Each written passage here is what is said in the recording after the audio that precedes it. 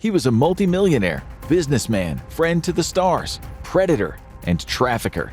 Jeffrey Epstein moved effortlessly among presidents, princes, Nobel laureates, and tech billionaires. He dined with arms dealers and media moguls with rumored intelligence ties. But was it charm and wealth that opened those doors, or something darker behind the facade? Today on the Infographics Show, we're going beyond the headlines to uncover the real Jeffrey Epstein. On Saturday, July 6, 2019, in a joint FBI-NYPD sting, agents took a sledgehammer to the door of Epstein's $77 million Manhattan townhouse and to the illusion he had built around himself. Inside the opulent, high-tech mansion, then the most expensive single private home in New York, they found thousands of lurid images, a cache of photos tracking Epstein's decades of abuse. Sexualized objects were everywhere: explicit paintings, provocative statues, a massage table, sex toys, and bottles of lubricant. On the shelves, a first edition of Lolita. In his office, the Marquis de Sade's The Misfortunes of Virtue. These weren't just eccentric collector's items, they were clues. But more revealing was the mountain of CDs and hard drives, clear evidence of Epstein's perversions and possibly leverage for blackmail.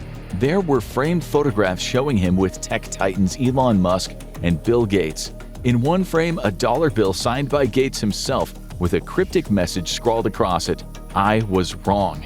Other photos put Epstein alongside Saudi Crown Prince Mohammed bin Salman, former U.S. President Bill Clinton, President Donald Trump, British billionaire Richard Branson, Pope John Paul II, Mick Jagger, Fidel Castro, even the public intellectual Noam Chomsky. A who's who of global influence posing with a man concealing one of the darkest secrets of the modern era.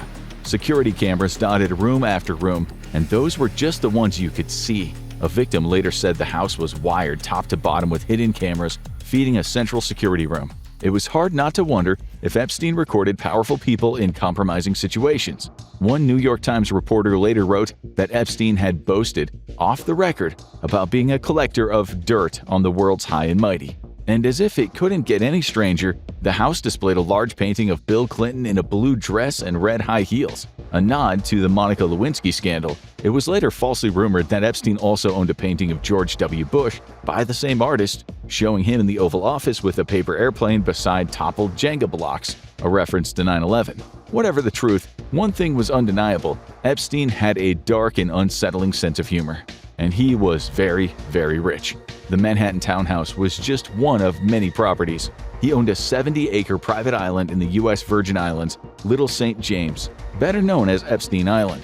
There, according to workers and victims, the rich and powerful mingled freely with beautiful women. In 2023, an American financier paid $60 million for it. He also had a Paris apartment near the Arc de Triomphe and a Palm Beach estate. He was also the owner of Great St. James in the Virgin Islands, where he had started work on a compound he was expanding at the time of his 2019 arrest. In New Mexico, he held a 7,500-acre ranch that he named Zorro. His modes of transport weren't just luxury, they were central to his life and his crimes. He owned 2 Gulfstream jets and for longer trips a Boeing 727-200, the so-called Lolita Express. Together, the aircraft were worth an estimated $25 to $30 million.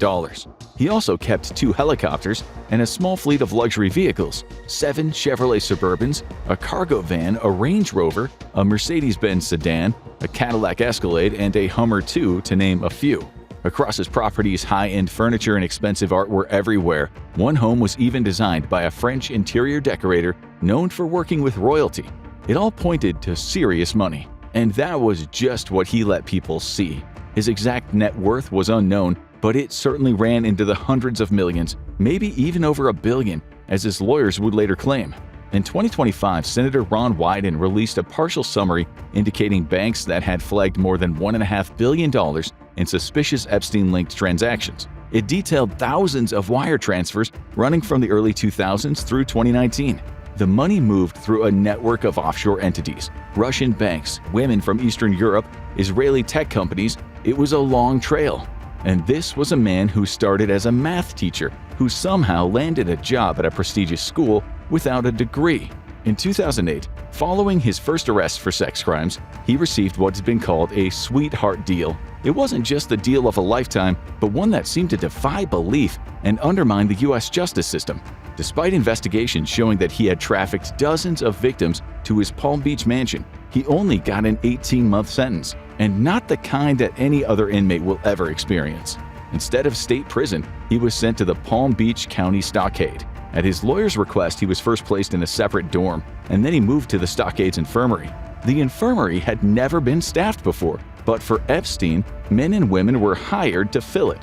A captain even ordered his cell door left unlocked and arranged what the media called liberal access to a private attorney's room with a TV.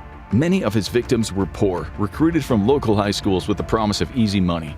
Within months, he was out on work release for up to 12 hours a day, 6 days a week, even though offenders like him are not supposed to get that privilege. Deputies assigned to him were told to wear suits and repeatedly referred to him as the client rather than inmate. He paid the sheriff's office about $128,000 for this bespoke security while he worked at a non-profit office that he had created, an office deputies helped him find. Epstein always claimed to be a man of the arts and study. He also claimed to be doing humanitarian work as a global philanthropist. But in truth, his foundations were a smokescreen, a front to obfuscate the reality of his life. As the New York Times would say, his fake charity was an image boost built on deception. If he did donate, it was for selfish reasons, and he often exaggerated how much he gave. On those work release days, deputies sat at the reception desk while he met visitors behind closed doors. Logs of these visitors were later destroyed. Deputies were instructed to greet him on arrival, and at least 9 times he was allowed to go to his Palm Beach house. This wasn't just bending the rules, it was throwing them out the window. He used his own driver, stacked up dozens of outside appointments, and made at least 69 doctor visits in 6 months. He was being treated like a VIP, and that was just in Florida, just one of the properties where he took his victims. Yet, in a pattern that would repeat itself, when detectives searched the house, the computer equipment and hard drives were gone. A detective later said in a documentary that it was obvious Epstein or someone protecting him had been tipped off and removed the equipment. Epstein's longtime Palm Beach butler, Alfredo Rodriguez, had the infamous Little Black Book, almost 1,600 names, 5,000 phone numbers, and thousands of emails and home addresses. Celebrities, scientists, politicians, oligarchs, princes, and princesses. Rodriguez said he was intimately familiar with his boss's depraved routines. He claimed he saw a lot of nudity around the pool, regularly cleaned and put away sex toys after Epstein's massages, and saw disturbing content on Epstein's personal computer. But because he tried to sell the book to lawyers for $50,000 instead of giving it to law enforcement, Rodriguez was sentenced to prison. 13 months later, he died of cancer at the age of 60, and he wasn't the only one. In the years after Epstein's first arrest, more than 24 people closely connected to him or his crimes would also die. Some were young, among them at least 3 victims and a former cellmate, fueling the conspiracy theories that followed. The evidence and testimonies of the victims could and should have sent Epstein away for years. Alexander Acosta, then the U.S. Attorney for the Southern District of Florida, negotiated a federal non-prosecution agreement with Epstein's legal team. The deal granted Epstein immunity from federal prosecution, and unusually, this extended immunity to any potential co-conspirators. The Justice Department's internal watchdog later wrote that the agreement was intended to end the ongoing federal investigation. In effect, the FBI's probe was shut down and the slate wiped. No federal charges were brought, and the agreement meant prosecutors didn't have to publicly name anyone involved. According to the Daily Beast, a former White House official later claimed that Acosta told Trump transition interviewers, "I was told Epstein belonged to intelligence and to leave it alone." Still, in the Justice Department's 2020 review, investigators asked Acosta directly if he had any knowledge of Epstein being an intelligence asset. He said no, and the review reported no evidence of the contrary. Even so, something seemed very rotten in the state of Florida. State Senator Lauren Brooke didn't like what she had seen, telling the media they are supposed to uphold the law regardless of who a person is, how much money they have in the bank, or who they had on their airplane. But this was America, where money doesn't just talk, it can drown out every other sound. His sudden death in a jail cell on a night when the cameras mysteriously failed and 2 guards reportedly fell asleep raised serious doubts. And when a second autopsy said it looked like he had been murdered, even casual observers began to wonder if something far darker was at play. To understand what wasn't right, we need to shine a spotlight on his life. Epstein was born on January 20, 1953, in Brooklyn, New York, the first of 3 children. His mother was a homemaker, his father a park attendant and gardener. They never had much money, but to friends and neighbors they seemed like a happy, well-liked family. Jeffrey attended a working-class school where he skipped 2 grades and graduated at just 16. He was smart, often making money on the side by tutoring other kids. He was described as a slightly nerdy, chubby kid who excelled at math and playing piano. He certainly wasn't the kind of boy who anyone ever expected would one day get involved with serious crime. He studied at 2 universities, including NYU's Courant Institute of Mathematical Sciences, but never graduated. Despite this, he still managed to land a job in 1974 teaching math and physics at the prestigious Dalton School on Manhattan's Upper East. The likely reason? He may have lied on his resume. An alternative theory is that he was groomed as an intelligence asset, but there is no evidence for that. He might also just have been smart and impressed the interviewer. Regardless, Dalton was where New York's elites sent their children. It was the kind of place where old money ruled, where you found the who's who of New York high society. Just before Epstein joined Dalton, the headmaster was Donald Barr, the father of William Barr, the future attorney general who oversaw the Justice Department when Epstein's 2007 sweetheart deal was reviewed. Officially, his contract ended the day before Epstein's began, but staff later suggested Barr may have been the one to hire him, as he was known for bringing in unconventional teachers. Still, there is no hard evidence connecting Barr to Epstein beyond coincidence. Long before Epstein's crimes came to light, he was already rubbing shoulders with powerful men whose children would grow up powerful too. As for his teaching, accounts were mixed. Some former students remembered Epstein as smart and charismatic. Others described him as smarmy, sleazy, and unqualified. Several recalled how he surrounded himself with girls outside of class, something they found inappropriate. There was a mild sense of creepiness, one said. So there he was, a poor kid whose talents had pole vaulted him into the rarefied world of New York's elites. He made a name for himself, and not only for academics. In 1975, the Dalton paper wrote that at a PTA event, Mr. Epstein proved himself to be the ivory showman on the piano. He made sure to impress those wealthy parents, including Alan Ace Greenberg, the chairman of the investment bank Bear Stearns. After 2 years, Epstein left Dalton. Some accounts say he resigned, others that he was let go because of poor performance. Epstein soon landed on Wall Street, at Bear Stearns under the guidance of Alan Greenberg. The firm prized PhDs, poor, smart, with a desire to be rich. Epstein advised clients on tax implications of their portfolios, saving them money. He was an expert at finding loopholes, and he would spend the rest of his life living inside one. Just 4 years later, the Wall Street Journal printed the name Jeffrey E. Epstein as one of the new limited partners at the firm.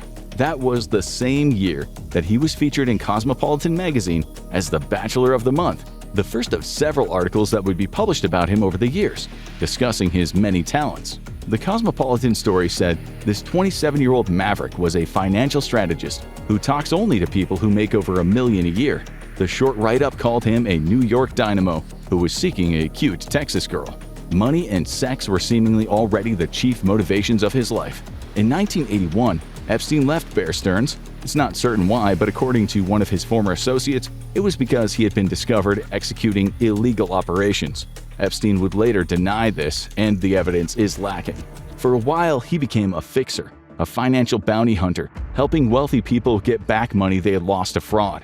It'd been reported that during this period he would brag about being well-connected. He certainly wasn't the archetypal financial expert. Among his possessions were fake passports, allowing him to move around the world under a cloak of anonymity, a criminal act that requires powerful connections. One Austrian passport featuring his real photo but a false name even listed his residence as Saudi Arabia. One of his clients was the Saudi businessman Adnan Khashoggi, a billionaire and arms dealer. Nicknamed the Great Gatsby of the Middle East, he threw lavish parties for the rich and powerful. Known to royalty and wealthy American businessmen, Adnan Khashoggi played a central role in the Iran-Contra affair. The U.S. led covert arms trafficking to Iran, with profits funneled to arm the cocaine-funded Nicaraguan Contras. Through a clandestine network he called the Safari Club, what some critics dubbed as a second CIA, Khashoggi was deeply entangled with Western intelligence. He also maintained strong ties to Israeli intelligence. None of this proves Epstein worked for any intelligence service, but it does show that he moved in circles that often overlapped with people who did. Chief among them was the disgraced British media mogul Robert Maxwell. Over the years, records and reporting have him linked to MI6, the KGB, and Mossad. though definitive proof of his status as an asset has never surfaced. Even so, the UK Foreign Office suspected Maxwell was at least a double agent, and probably a triple. Stephen Hoffenberg, founder and CEO of Towers Financial Corporation, later claimed it was he who introduced Epstein to Maxwell. He also alleged that the British intelligence had hired Epstein, but Hoffenberg made those claims from prison after being convicted of running a $450 million Ponzi scheme. Epstein worked for Hoffenberg as a consultant and would later be called a co-conspirator and architect in his scheme. Nonetheless, Epstein was never charged, and there was no proof Hoffenberg was right about what he had said about Maxwell and British intelligence. As a consultant, Epstein was earning about $70,000 a month in today's money, at least on paper. Records show that at the time, Epstein had to borrow $700,000 to make a $1 million investment on top of the $300,000 he already had. It suggests he hadn't yet reached the level of mega wealth that he would later flaunt. Whether he profited from the Ponzi scheme is unclear, but it's hard to believe his claim that he wasn't even aware of it. By the 1990s, he seemed to come into money fast. His management firm, J. Epstein & Co., soon claimed to handle the assets of the global elite. The operation grew quickly. At one point, he had 20 accountants and a slew of assistants who people later said always seemed very young and very attractive. To onlookers, the office could look more like a harem than a place of trading. He boasted that he took only clients with over $1 billion. A mere $800 million would get you a snub, which was and still is completely unheard of in financial circles. As one friend put it, I sent him a $500 million client and he wouldn't take him. The account was too small. Who those clients were has never been revealed, and how Epstein truly made his fortune remains murky. As one veteran investment manager put it, the trading desks didn't seem to know him. It's unusual for animals that big not to leave any footprints in the snow. If Epstein really amassed vast wealth, his business left no public trace, not even in Bloomberg. All Epstein himself admitted was that people had entrusted him with very large sums of money.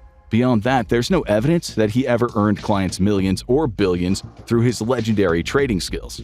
Epstein did have one known billionaire client, Leslie Wexner, the L Brands and Victoria's Secret chief. With power of attorney over Wexner's fortune, Epstein may have enriched himself, but that alone doesn't explain how he amassed so much wealth, enough to sit on prestigious boards or to casually write a $9.1 million check to Harvard, funding what became the Epstein Program for Mathematical Biology and Evolutionary Dynamics. As for Wexner, entrusting his wealth to a man he barely knew, it just didn't make sense. One Wexner executive later said, "Almost everyone wondered who Epstein was. He literally came out of nowhere." A former employee said that he was that mysterious person that everyone was scared to death of, yet no one understood how he'd been handed the keys to the kingdom. The two men went from strangers to thick as thieves. The Manhattan townhouse, it ultimately passed from a Wexner-controlled entity to Epstein for a nominal sum after Wexner had paid around $13 million for it in 1989 and spent millions more on renovations. Epstein later moved the property to his Virgin Islands company, Maple Inc., for $0. Epstein also invested alongside Wexner in the ultra-high-end New Albany development in Ohio, where Wexner had an estate. One victim later said that she was sent there, and Epstein kept a mansion of his own nearby. By then, there were already complaints about Epstein posing as a Victoria's Secret talent scout and abusing the association, a role he never officially held. As early as 1997, a young woman reported that he had interviewed her under that pretense. This was the first time that anyone went to the police about Epstein's sexual misconduct. Police investigated and called it a he said, she said scenario. They later said the victim withdrew the complaint, something she has always denied. In time, Wexner accused Epstein of misappropriating vast sums of money. Wexner and his wife were in turn sued by shareholders who claimed that they had allowed Epstein's influence to grow unchecked. Even months after Epstein's 2008 conviction, their financial ties had not been fully unraveled. It would take another 18 months before Epstein was finally cut out of Wexner's business life. It was clear Epstein did what he wanted. That included a long-running partnership with French modeling agent Jean-Luc Brunel. Epstein bankrolled Brunel's MC2 model management. A victim later said the agency functioned as a front for trafficking women. In 2020, a year after Epstein's death, Brunel was arrested in Paris on suspicion of serious sexual misconduct and trafficking.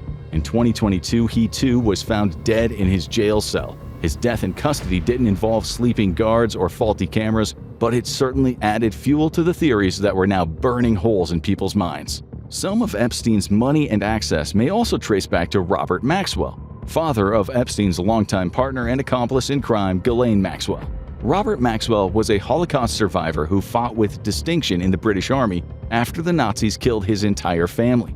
After the war, he built a sprawling media empire, operating in a world where business, politics, and intelligence seemed to blur. Over the years, he'd been alleged to have had contacts with MI6, the KGB, and Mossad, with claims that some of his companies doubled as fronts. But Maxwell's career ended as mysteriously as it began. In 1991, he was found dead after falling from his luxury yacht, the Lady Ghislaine, in circumstances still considered suspicious to this day. Soon after his death, investigators uncovered that Maxwell had looted hundreds of millions from his company's pension funds, leaving thousands of British workers destitute. His daughter Ghislaine, already close to Epstein, rejected the inquest's conclusion that her father had simply suffered a heart attack, fallen overboard, and drowned. With her father gone, Ghislaine's presence at Epstein's side only grew, helping to cement his image among the elite. In 2002, New York Magazine dubbed Epstein a man of mystery, one of the most dazzling single men in New York. How he made his fortune was anyone's guess, and had been for years. A decade earlier, in 1992, just after he began appearing with Ghislaine, the British tabloid Mail on Sunday asked, "But what is he? Property developer, concert pianist, math teacher, corporate treasure hunter, stockbroker, merchant, banker, or globe-trotting businessman?" He was known for flying Nobel Prize-winning scientists on his private jets, and around the time of that New York profile, he even took actors Kevin Spacey, Chris Tucker, along with former U.S. President Bill Clinton, on a trip to Africa aboard his customized Boeing 727, nicknamed later the Lolita Express. One of his most regular visitors to the New York townhouse was Ehud Barak, former IDF Chief of Staff, Defense Minister, and Israel's Prime Minister from 1999 to 2001. Barak visited repeatedly. In one note, he called Epstein a collector of people, adding, "You are like a closed book to many of them, but you know everything about everyone." Epstein also cultivated ties with Prince Andrew, the wayward British royal. As New York Magazine put it, most everyone on the street has heard of him, but nobody seems to know what the hell he's up to. And that, the article suggested, was exactly how Epstein liked it. What was known is that Epstein spent significant time in London and traveled constantly, logging around 600 flight hours a year. He was often accompanied by young women, allegedly brought along to surface VIP passengers. When at home, he dressed casually, and most mornings began with a long yoga session with his personal instructor. After that, he might be meeting the Trilateral Commission or the Council on Foreign Relations, both circles he moved in, or he might be out with the rich and famous. But he never drank. He didn't like drugs or alcohol. What he did like was schmoozing. Asked about Epstein in 2002, Donald Trump said, "I've known Jeff for 15 years. Terrific guy." One victim later said that she was recruited after being spotted while working at Trump's Mar-a-Lago resort, but how close the two men actually were remains disputed. Author Michael Wolff has said Epstein told him in a 2017 interview, "I was Donald's closest friend for 10 years, and that Epstein called him the Trumpster." Trump has called those claims smears. Wolff says he recorded more than 100 hours of interviews with Epstein and has seen compromising photos, but he hasn't released the tapes, and no such photos have surfaced. If Epstein did have compromising material on past and present politicians, the fallout could cut across the political spectrum. Wolff's view is that the case is too hot to handle, a scandal that could stain American politics on both sides. But Wolff's credibility has long been questioned, with critics pointing out his history of factual errors. In fairness, Epstein's VIP connections don't make them all guilty of anything by default. But for sure, Epstein did collect rich, brilliant, and powerful people the way others collect rare art. One favorite was Bill Clinton. Epstein once called him the world's greatest politician, and Clinton returned the compliment, describing Epstein as a highly successful financier and committed philanthropist. As noted, the two traveled to Africa together on what were said to be humanitarian trips for the Clinton Foundation. Talking about how they worked on combating HIV and empowering the poor, Clinton said via a spokesperson, "I especially appreciated his insights and generosity." If that's true, there was a very different side to Epstein than the person his victims talked about. Had Epstein fooled Clinton, or something worse? In 2019, like Trump, Clinton said that he knew nothing about Epstein's crimes. U.S. media reported Clinton flew on Epstein's jet as many as 26 times during 6 separate trips, sometimes without Secret Service on certain legs. It's also been alleged he took Epstein's helicopter to St. Thomas. Clinton denied he visited the island, contradicting the testimony of now deceased victim Virginia Giuffre. To date, however, there is no physical evidence that either Trump or Clinton committed crimes. Also, Ghislaine Maxwell was recently reported as stating in transcripts that no illegal activity ever happened regarding Trump or Clinton. Whatever the case, the facts available show us Epstein moved among incredibly powerful people. Back in New York, he often hosted afternoon tea for his VIP guests. Manservants in black jackets and white gloves guided guests past bizarre paintings and even a tray of prosthetic eyeballs before leading them to the so-called leather room. There, leopard-skin chairs faced a painting of an exotic woman smoking opium while stroking a snarling lion skin. None of his meetings were mentioned in his emails. He rarely emailed anyone, once saying, "I like to hear voices and see faces when I interact." He rarely ate out with people too, calling the habit like eating on the subway. People who knew him said he was almost pathologically private. Even in the phone book, he used a pseudonym. He was described as an iceberg. What you saw was not the whole deal, not even close. He wanted people to think he was an enigma, when the reality was far more prosaic. He was a rotten criminal, hiding in plain sight. He played the man of mystery part, all the time playing people like they were pawns on a chessboard. Even when the net was closing in on him, his untamed ego made him believe he was always one step ahead. As for Ghislaine, the queen to his imaginary kingdom, no one ever really understood how close they were. She was said to be his soulmate, yet they didn't live together. She was often intimate with him, yet he almost always surrounded himself with other females. Oxford-educated, she was said to be funny and articulate. If he was the quiet manipulator sitting at the boss's table, she was the PR department. She was also a conduit to Britain's elites. But the friends list didn't stop there. Epstein had ties to Democratic Senate leader George Mitchell, who once said, "I would certainly call him a friend and a supporter." He met with Bill Gates on numerous occasions, including after his initial arrest. He met with former CIA Director William J. Burns. He counted Nobel Prize winners Gerald Edelman and Murray Gell-Mann among his acquaintances. He was also friendly with the former president of Harvard, and he moved in the same circles as Woody Allen, Michael Jackson, and David Copperfield. It's hard to know who joined in Epstein's circus of depravity and who was just another name in his little black book. Whether they joined in or not, anyone around Epstein could see he was almost always surrounded by women. One acquaintance recalled that many seemed foreign and dressed a little bizarrely.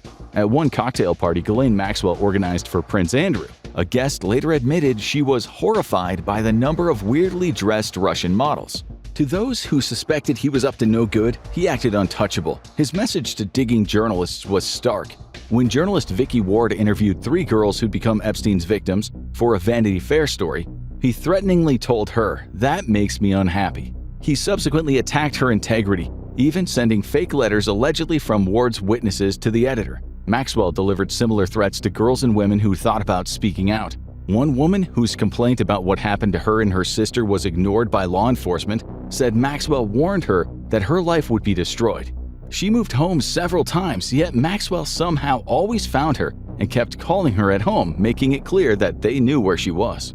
In 2025, the same victim sued the Justice Department, the U.S. Attorney's offices, and the FBI for negligence in failing to help her and her sister. She's the witness who said Epstein once showed her the surveillance room in his New York townhouse. Monitors on every room, the beds, the bathrooms, the entire house. So who was Jeffrey Epstein? Ari Ben-Menashe was a former arms dealer and ex-Israeli military intelligence officer. He later turned whistleblower, exposing the murky world of covert geopolitics. And he has claimed that Epstein did in fact work for Mossad, the same agency he alleges assassinated Robert Maxwell. He said Epstein was intelligence. He was running a classic honey trap operation, and yes, Mossad was involved. In Ben-Menashe's telling, Epstein's life was carefully engineered to ensnare the powerful, with the compromat stored away in a Mossad archive. If true, it would be a wrecking ball for countless careers and for the public's trust itself. Until concrete evidence surfaces, it's impossible to say if Epstein was an intelligence asset. And when it comes to his alleged clients, more proof is still needed. After all, there is always reasons that someone might want to smear someone else. As for the so-called client list, Ghislaine Maxwell has flatly insisted it doesn't exist. She also said there are no videos that could be used for blackmail from Epstein's surveilled properties. Still, she isn't exactly regarded as trustworthy among the world's public. Her contention that sexually inappropriate contact between Epstein's guests and in-house masseuses never happened and contradicts victims and witnesses. What we can say is that he began as a working-class kid obsessed with money and became a mass abuser of females. The Venn diagram of Epstein's life overlaps with covert geopolitics and men whose decisions shape the world, but as far as public records show, there is still no confirmed proof he was acting as a blackmailer for any intelligence service. At least not yet. The truth may be out there, but it could be so incendiary that even if partly exposed, it could start a fire that's hard to extinguish. For that reason, if the theories are true, it is highly likely they will never come out in full. Now that you know who Jeffrey Epstein really was, the bigger mystery remains. Why can't we see the full truth? Find out in Real Reason the Epstein list will never be released, or click on this video instead.